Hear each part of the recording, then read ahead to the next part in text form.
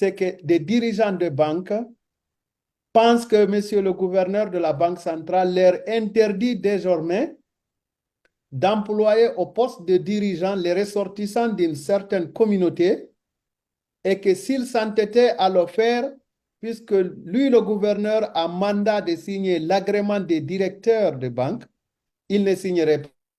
Alors, les dirigeants des banques de Guinée ont, dans un courrier qu'ils ont adressé à monsieur le gouverneur de la Banque centrale, rappelé que les critères qui ont été mentionnés dans cette instruction sont, je cite, contraires à la charte de la transition. Et d'ailleurs, cette charte de la transition reconnaît, je cite une fois encore, que nul ne peut être lésé dans son emploi en raison de son origine, de sa religion, de son sexe ou de ses opinions. Donc, les dirigeants des banques de Guinée persistent et signent que, je cite, les banques commerciales en tant qu'entreprises privées sont libres de choisir les dirigeants qui leur conviennent conformément à l'article 24 de la transition, fin de citation. Ainsi, l'association professionnelle des établissements de crédit et des banques en Guinée exprime, je cite enfin, leur crainte sur cette notion subjective que l'application de cette instruction pourrait engendrer et que par conséquent, l'association des professionnels des banques en Guinée sollicite du gouverneur de la révision de cette instruction sans mention des critères du genre et de la diversité. Fin de citation. Vous retrouverez l'entièreté de cette enquête probablement dans les colonnes de notre quotidien Le Petit Député. Et maintenant, je vous fais partager l'instruction qui a créé toute cette inquiétude-là et qui a amené les banques, disons, les établissements bancaires à réagir.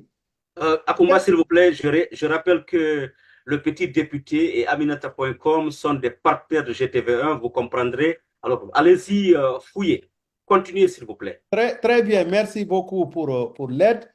Alors, il s'agit d'une instruction de la Banque centrale du 26 juillet 2024 qui a été adressée à Monsieur le Président de l'Association professionnelle des établissements de crédit en Guinée. Donc, Monsieur le gouverneur définit désormais 3 critères pour lesquels il faudra remplir pour qu'il agrée la nomination d'un directeur général ou d'un directeur adjoint, en tout cas des membres du directoire d'un établissement bancaire en Guinée.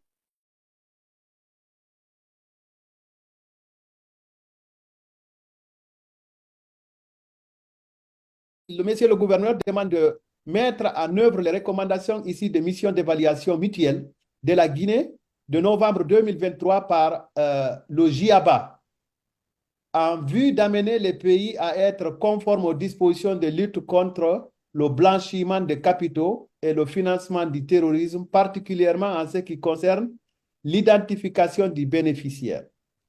Le deuxième critère, il s'agit de donner l'égalité des chances à tous les Guinéens d'occuper les fonctions de dirigeants dans des établissements de crédit. Et le troisième critère, il s'agit de tenir compte des bonnes pratiques des autres juridictions et des standards internationaux relatifs à l'exercice des fonctions des commissaires aux comptes dans les établissements de crédit. Alors, sur les 3, c'est le deuxième critère qui pose problème.